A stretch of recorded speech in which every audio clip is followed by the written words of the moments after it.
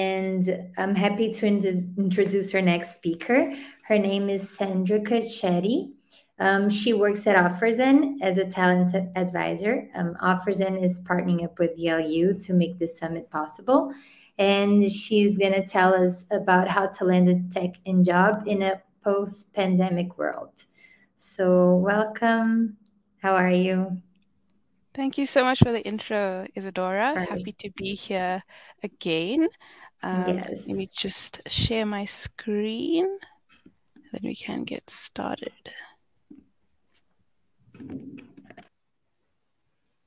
Is that clear? Can everybody see that? Is that okay, Isadora? Is it coming out clear? Okay, perfect. Thank you so much. Yes. Thank you. Just saw your message now. Fantastic. Okay, great. As I said, I'm really excited to be here again to share some key insights on what our current tech hiring scene looks like as we transition from pandemic to post-pandemic world. But before we dive into today's presentation, I'm keen to introduce myself.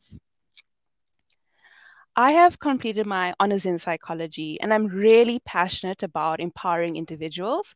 At Offerzen, I am a tech talent advisor where I work with a range of tech talent, from graduates who are entering the marketplace for the first time to senior developers with 15 years worth of development experience behind their name. I empower tech talent through advising, coaching, and supporting them through their job search journey. Now you must be wondering, what is Offerzen all about? So Offerzen is a tech marketplace that has flipped the traditional recruitment model on its head. It is a platform that connects candidates like you with great companies that are wanting to hire. From the candidate experience point, the process starts off with you creating a profile that best describes who you are and what you're looking for. So you use this opportunity to indicate the kinds of roles you're looking for, as well as what is the experience and knowledge that you have gained through personal upskilling, work experience, and studies. We also make sure that your expected salary is visible on your profile so that both you and the company are on the same page from the beginning to avoid that awkward and difficult conversation that generally only happens at the end of a hiring process. Once you are happy with your profile and you are ready to get started, we make your profile visible to companies. If a company likes what they see in your profile, they reach out to you in the form of an interview request with an upfront salary amount. You then decide who you want to interview with. On Offerzen, we have over 1,000 different companies, varying in industry, size, and culture, and company size. So all you have to do is decide who you want to interview with. All we ask is that you communicate thoroughly throughout the process. The joy here is that companies come to you. So it takes away that uncertainty of, is this company interested in me or not? Because they reached out to you from the onset. Now that we have a better idea of how Offerzen works, I'm keen to jump into the session's agenda. So firstly, we'll be looking at how COVID has made an impact on the tech hiring scene, specifically looking at how hiring managers' mentalities have now shifted. I will then be sharing some tips how to navigate this new process. And then I will also share some practical job searching tips. So first things first, COVID has happened, and how has the tech recruitment space changed? The market is oversaturated. Things are more competitive than it has ever been before. You are now competing against candidates of all areas across Europe. There's a surplus amount of applicants for open positions. So candidates that have got laid off and that are actively looking for that new opportunity, and then candidates that are passively looking for that perfect fit. There's more demand for specific roles. So cybersecurity roles, cloud-based roles, and data science-based roles are more in demand to assist companies that have recently gone remote. There's an increase in dev demand for remote culture and flexible working hours. And there's now more diversity entering the workforce. So people who had child or home care obligations are able to enter the workforce because they're being accommodated for. There's also a lot of pressure on companies to make the right hire due to financial constraints. So they will not hire you if they're unsure about you because they cannot afford the cost of a bad hire. Now that we have a better idea of what the market looks like, let's see how hiring managers' mentalities have now shifted. And you may be asking yourself, why is it important for us to understand what hiring managers are thinking? It is important because you need to understand the frame of mind of the person who is looking at your application so that you can then adapt your approach to your job search. With the market being oversaturated, hiring managers are looking at those loads of applications. There's also pressure for them to make that right hire because funding is so tight right now. Teams are fragile, as many companies have only recently gone remote. So there's often a sense that this person needs to firstly fit in perfectly in the team and then be successful from the moment they start, because this is too expensive for this hire to not work out. This then leads to hiring managers having high decision fatigue and having risk aversion to taking chances on candidates. What that then means for candidates themselves is that they need to show that they are the perfect fit, and they need to make sure that they are standing out in the process. So how do you stand out? There are 3 things that hiring managers are looking for, but they also are expecting a bit more because things are so competitive right now. One of the first things is showing up and doing your research. You cannot expect to step into an interview process without any prior knowledge of the company's vision, their product, their mission, and expect to proceed throughout the process. Take the time to find out a bit more about that company. Do your research because culture fit is becoming an increasingly important part of a hiring process these days. That said, of course, technical ability is essential in this industry. But what's important is taking the time, effort, and attention to the technical phase of a hiring process. So don't try and squeeze in an assessment just before a meeting or in between your lunch break. Give it the time and effort it requires. And lastly, show that you're passionate about the role and the company. This will be easier if you consistently demonstrate throughout the hiring process how much you are interested in the position and how you would be a great addition to the team. With COVID-19, a lot has changed. It's changed the way we work, the way we onboard people, and the way we hire people. If we look specifically at some of the changes that COVID has brought, and it's one of its main changes is the remote world that we have now entered. Firstly, hiring managers and companies now have access to a global talent pool. So as I mentioned, you're competing with people not only within your city, but across the continent and also across the world. Remote interviews are taking place. So you either being interviewed via telephone or video call. And lastly, remote onboarding is happening. When starting a new job, you're having little to no in-person contact. So here are some remote keys to success. It may sound super simple, but it's one of the most important aspects of remote interviewing is having a strong internet connection. The last thing you want is trying to convince a hiring manager how you'd be a great fit for a team, for the role or for the team when you have to constantly repeat yourself because the line keeps getting cut. Or you have to ask the hiring manager, to repeat the question because it sounds like an alien is tapping into your phone.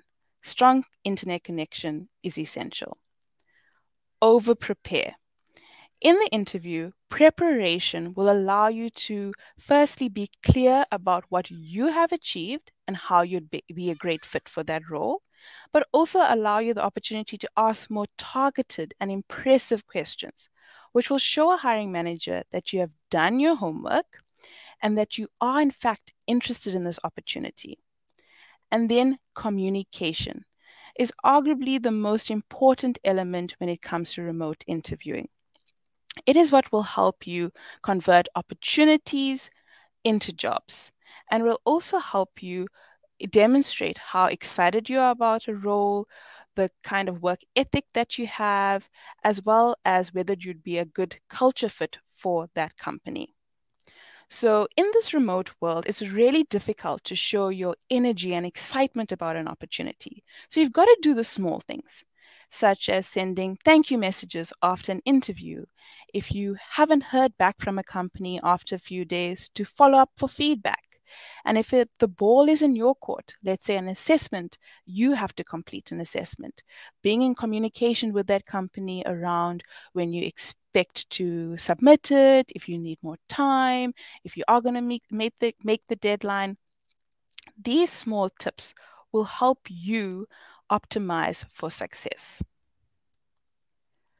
So I've shared with you how we can, navigate the hiring manager's mindset, some remote interview etiquette. Now I'm going to share with you some practical tips for job searching. Number 1, think long term. One of my best tools of advice when starting off your career is create a career map for yourself. Think about where do you want to end up? What is your final destination? And then what are the career moves you've got to take throughout your career to get to that destination? As you would go on any journey, you need to know what is the route that you're going to be taking. So take the time to map out your career. And that's what's going to make things a lot easier when it comes to choosing your first position, your first role, because quality experience is essential as you start off your career. Does this opportunity offer you career growth? Does this opportunity have a mentorship program involved? Those are the kinds of questions that are important to start thinking about when entering the workforce. Number 2 is value exposure to your work environment. The people you work with is super important to your mental health. So take the time throughout the hiring process to ask the company questions regarding what are their values about their staff, work-life balance, how do they deal with conflict. Ask to speak to current and former employees so that you have a good idea of what the culture is like. So if you do get to that offer stage, you have an idea of what you are going to be stepping into. Do your due diligence and research regarding what this company culture is all about to make sure that the company is in fact a good match for you. And number 3, be patient. The job search journey is truly a roller coaster, but lean on the support of family and friends. And if you're an Offersin, use your talent advisor for support. It can feel lonely at times, but it's important to note that that timing is everything. It may happen quickly and it may take some time. Just be patient and trust that it will happen. In conclusion, good enough is not good enough anymore. Hiring managers are expecting a lot more in their applications. So take on these tips to show how you are interested in the role and how you are interested in the company and how you would be a good culture fit for that company. I hope that this presentation has been super insightful for you in landing your next tech job in this pandemic and post-pandemic world. In true Offerzen fashion, I would like to end off by giving away some swag. All you have to do is fill out this form that you can either get via this QR code or popping this link into your search bar and filling it out there. Thank you so much. I think there is some time for questions, Isadora. Yes, yes, there are some times for questions. We're just waiting for them to come in. Sweet. Um, No yes, problem. I had a question. If how does it work if someone is hiring from another country to work remote? In terms of Offerzen. No, in terms of other companies, like is it possible to work remote from other countries? I think so, yes. It's definitely a thing that has become in demand. It's just about what the company's expectation is. Like there are certain South African companies, for example, that will only hire South Africans, whereas there are companies internationally, for example, that we have on our platform that are open, that are based in the UK, but are looking for someone in South Africa to work. So it is really a company by company case. There is definitely demand, but it's just about finding that company that offers that opportunity. Okay. And this offers then accept anyone to like apply and make their profile, I guess, on the website? Yeah, so how the whole process works is that you can create a profile, and then we have our team that review it and to see, do you have the requirements for the particular roles that you are looking for? Is there a demand for the roles you're looking for? Obviously, they will communicate, what is missing or what the demand Mhm. is, and if all those boxes are ticked, you definitely are accepted, and then you are given assigned a talent advisor that will guide you through the process. Okay, so you have to apply as well to offers in before, So right? it starts off with creating a profile. And then Okay. once your profile is, yes, 100% you in, then the whole process starts off with the job search. Okay. Okay, Yeah. perfect. We're